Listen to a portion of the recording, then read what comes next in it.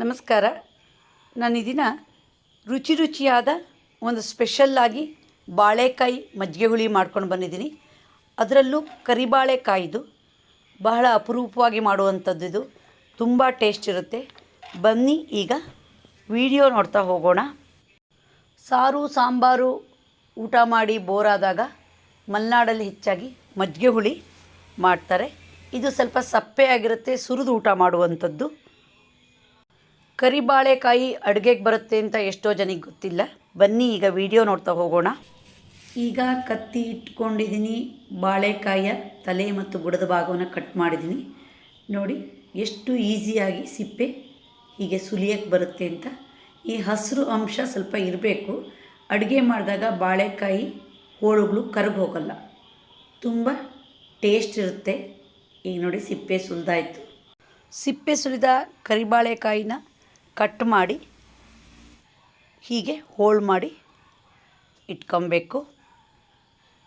ಒಲೆ ಮೇಲೆ ಪಾತ್ರೆ ಇಟ್ಟಿದ್ದೀನಿ. 4 ಲೋಟದಷ್ಟು ನೀರು ಹಾಕಿದ್ದೀನಿ. 1 ಸ್ಪೂನ್ ಎಣ್ಣೆ ಹಾಕ್ತೀನಿ. ಹೀಗೆ ಎಣ್ಣೆ ಹಾಕೋದ್ರಿಂದ ಬಾಳೆಕಾಯಲ್ಲಿರೋ ಸೊನೆ ಅಂಶ ಪಾತ್ರೆಗೆ ಅಂಟೋಲ್ಲ. ರುಚಿಗಾಗಷ್ಟು ಉಪ್ಪು ಹಾಕ್ತೀನಿ. ಈಗ ನೀರು ಸ್ವಲ್ಪ ಕಾಯಲಿ. ಈಗ ಹೆಚ್ಚಿರುವ ಬಾಳೆಕಾಯಿ ಹೋಳುಗಳನ್ನು ಹಾಕೋಣ. ಒಂದು ಸರಿ ಸೌಟಲ್ಲಿ ಮೊಗಚೋಣ.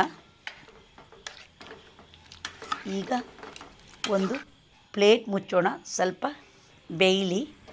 ಈಗ ಮುಚ್ಚಿದ ಪ್ಲೇಟು ತೆಗೆಯೋಣ. ಬಾಳೆಕಾಯಿ ಹೋಳುಗಳು ಬೆಂದಿದೆ. ಈಗ ಇದಕ್ಕೆ ಮಸಾಲೆನ ರೆಡಿ ಮಾಡೋಣ. ಮಜ್ಜಿಗೆ ಹುಳಿಗೆ ಟೇಸ್ಟ್ ಕೊಡೋದಕ್ಕೆ ನಾನಿಲ್ಲಿ 1 ಸ್ಪೂನ್ ಅಕ್ಕಿನ 2 ಗಂಟೆ ಮುಂಚೆ ಒಂದು ಲೋಟದಲ್ಲಿ ನೆನೆಸಿಟ್ಟಿದ್ದೀನಿ. 1 ಹೋಳು ಹಸಿ ಕಾಯಿನ ಹೆರೆದಿಟ್ಕೊಂಡಿದ್ದೀನಿ. 1 ಸ್ಪೂನು ಜೀರಿಗೆ, 1 ಸ್ಪೂನು ಕೊತ್ತಂಬರಿ, ಹಾಗೆ 1/4 ಸ್ಪೂನು ಸಾಸಿವೆ ಕಾಳು ಹಾಕಿಟ್ಕೊಂಡಿದ್ದೀನಿ. ಪರಿಮಳಕ್ಕೆ ಚಿಟಿಕೆ ಹಿಂಗೆ ಹಾಕಿದ್ದೀನಿ. 4 ಕರಿಬೇವಿನ ಎಲೆ, ಹಾಗೆ 1 ಸ್ಪೂನು ಕೊತ್ತಂಬರಿ ಸೊಪ್ಪು ಹಾಕಿದ್ದೀನಿ. ನೆನೆಸಿದ ಅಕ್ಕಿ 1 ಸ್ಪೂನ್ ಇಟ್ಕೊಂಡಿದ್ದೀನಿ. ಖಾರಕ್ಕೆ 5 ಸೂಜಿ ಮೆಣಸು ಇಟ್ಕೊಂಡಿದ್ದೀನಿ. ನೀವು ಹಸಿಮೆಣಸನ್ನು ಹಾಕ್ಬೋದು. ಈಗ ಇವೆಲ್ಲವನ್ನು ಸೇರಿಸಿ ರುಬ್ಬೋಣ. ಇವೆಲ್ಲವನ್ನು ಮಿಕ್ಸಿ ಜಾರಿಗೆ ಹಾಕಿ 1 ಲೋಟದಷ್ಟು ನೀರು ಹಾಕಿ ನಯಸ್ಸಾಗಿ ರುಬ್ಬೋಣ. ಬಾಳೆಕಾಯಿ ಹೋಳುಗಳು ಬೆಂದಿದೆ. ರುಬ್ಬಿರುವ ಮಿಶ್ರಣವನ್ನು ಇಲ್ಲಿ ಸೇರಿಸೋಣ. ಹಾಗೆ 1 ಲೋಟದಷ್ಟು ನೀರನ್ನು ಹಾಕೋಣ. ಮಜ್ಜಿಗೆ ಹುಳಿ ಯಾವಾಗಲೂ ತುಂಬ ದಪ್ಪನೂ ಇರಬಾರ್ದು, ತುಂಬ ನೀರು ಇರಬಾರ್ದು. ಈಗ ರುಚಿಗಾಗಷ್ಟು ಉಪ್ಪನ್ನು ಹಾಕೋಣ. ಒಂದು ಸರಿ ಚೆನ್ನಾಗಿ ಮಿಕ್ಸ್ ಮಾಡಿ ಕುದಿಯೋಕ್ಕೆ ಬಿಡೋಣ. ಈಗ ಮಜ್ಜಿಗೆ ಹುಳಿ ಸಣ್ಣ ಕುದಿ ಬರೋಕ್ಕೆ ಶುರುವಾಗಿದೆ. 2 ಸೌಟಿನಷ್ಟು ಸಿಹಿ ಮೊಸರನ್ನು ಸೇರಿಸೋಣ. ಒಂದು ಸರಿ ಮಿಕ್ಸ್ ಮಾಡೋಣ.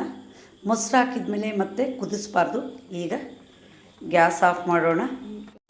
ಪರಿಮಳಕ್ಕೆ ಈಗ ಕೊತ್ತಂಬರಿ ಸೊಪ್ಪನ್ನು ಮೇಲೆ ಉದುರಿಸೋಣ.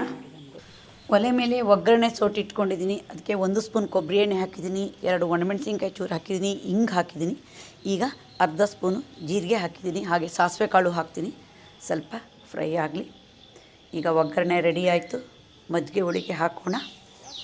ಈಗ ಮಜ್ಜಿಗೆ ಹುಳಿ ರೆಡಿ ಆಯಿತು.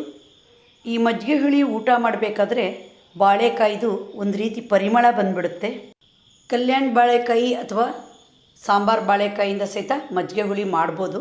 ಆದರೆ ಕರಿಬಾಳೆಕಾಯಿ ಮಜ್ಜಿಗೆ ಹುಳಿ ತುಂಬ ರುಚಿ ಕೊಡುತ್ತೆ. ನೋಡಿದ್ರಲ್ಲ ವಿಡಿಯೋ, ನೀವು ಒಮ್ಮೆ ಟ್ರೈ ಮಾಡಿದ ರುಚಿಯನ್ನು ಸವಿಯಿರಿ. ನಿಮಗೆ ಈ ವಿಡಿಯೋ ಇಷ್ಟ ಆದರೆ ಲೈಕ್ ಮಾಡಿ, ಶೇರ್ ಮಾಡಿ, ಸಬ್ಸ್ಕ್ರೈಬ್ ಮಾಡಿ. ಧನ್ಯವಾದಗಳು.